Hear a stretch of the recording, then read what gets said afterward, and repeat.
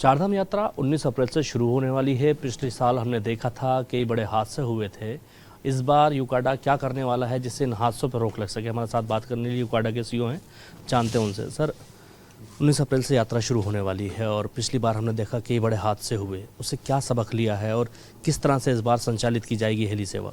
जो unfortunate incidents हुए थे उसके बाद में डीजीसीए और मिनिस्ट्री ऑफ सिविल एविएशन के डायरेक्शंस पे या उनके नेतृत्व में हमें जो डायरेक्शंस मिले थे अकॉर्डिंगली हम लोगों ने इम्प्रूवमेंट्स किए थे। पीटीजेड कैमरास लगाए गए थे, उनको क्लोजली वेदर कंडीशंस को मॉनिटर किया गया था। IMD, airport authority of India और डीजीसीए के रिप्रेजेंटेटिव्स भी केदारनाथ जी की वैली में सिरसी नामक स्थान पे और यहाँ सहस्त्रधारा में तैनात थे और उन्होंने लगातार यात्रा को मॉनिटर किया। हमारे एटीसीज भी बन के पहली बार हेलीकॉप्टर सर्विसेज को एटीसी के द्वारा मॉनिटर किया जा रहा था, तो इस कारण से सेकेंड फेज़ की जो हमारी यात्रा थी वो बहुत सिक्योर तरीके से चली थी और उसमें हमने शटल्स का रिडक्शन भी डीजीसीए के डायरेक्शंस के बाद में किया था।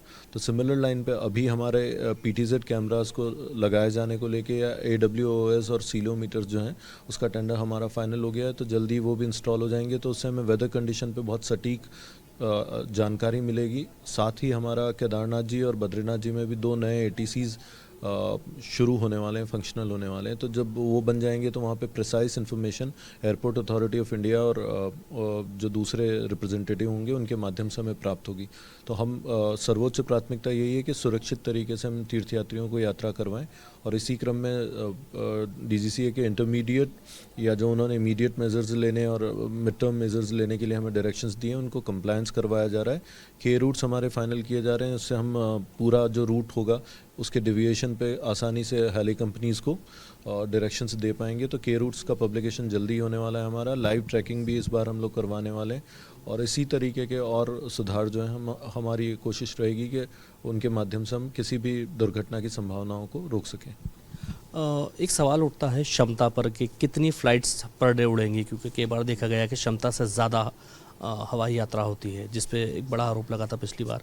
दूसरा, हेलीकॉप्टर में कितने यात्री बैठेंगे, इसको लेकर के भी सवाल उठते रहे हैं। जब दुर्घटनाएं हुई तो ऐसे सवाल उठे थे। जी, तो इस संबंध में जैसा आपने बताया तो डीजीसीए ने एक जिसे कहा जाता है कि एक फ्लाइंग के माध्यम से उन्होंने प्रिसाइसली इंफॉर्मेशन कलेक्ट की कि कितना टाइम लगेगा, उसके अकॉर्डिंगली पर आवर में होने वाली जो तीनों डेस्टिनेशन है फाटा, सिरसी और गुप्तकाशी से होने वाली फ़्लाइंग को डिसाइड कर दिया गया। तो जितना डे आवर्स में हमें डे लाइट मिलेगी उसके अकॉर्डिंगली ही उनकी शटल्स डिसाइड होंगी।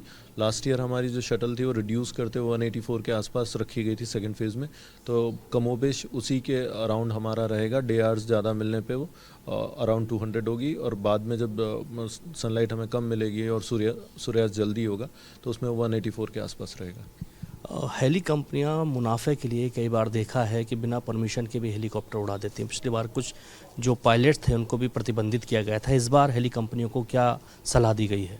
इस संबंध में जैसा मैंने आपसे कहा कि हमारे वहाँ पे एक चीफ ऑपरेशन मैनेजर को भी हम लोगों ने डिप्यूट किया था सेकेंड फेज़ में और उन्होंने लगातार सारे ऑपरेशंस को मॉनिटर किया था। एयरपोर्ट अथॉरिटी ऑफ इंडिया के लोग बाग भी वहाँ पे लगातार उसको देख रहे थे और उन्हीं के जो ATC फंक्शनल किया गया था सिरसी में, उसके माध्यम से ऐसी कोई भी अनऑथराइज्ड उड़ान को रोका गया था सेकेंड फेज़ में। तो सिमिलर लाइन पे हम लगातार मॉनिटर करेंगे और वायलेशन की कंडीशन में सख्त एक्शन जो लिए जाने हैं वो लिए जाएंगे। और जो आपका और टेक्निकल डायरेक्शंस हमें मिले हैं कि कितने यात्रियों को ले जाना है या क्षमता से संबंधित या पायलट्स का जो एक्सपीरियंस है हिल फ्लाइंग का, वो इस बार के टेंडर में हम लोगों ने 750 घंटे के साथ में 1500 घंटे की फ़्लाइंग को रखा गया। तो इससे सब्सटेंशियल हमें जो पायलट मिलेंगे वो विद एक्सपीरियंस पायलट मिलेंगे और इस तरीके की किसी भी प्रॉब्लम को हम लोग अवॉइड कर पाएंगे।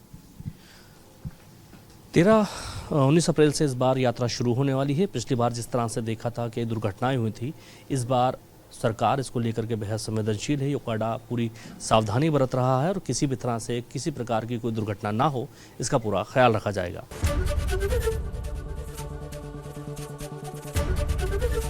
ABP गंगा, खबर आपकी, जुबान आपकी।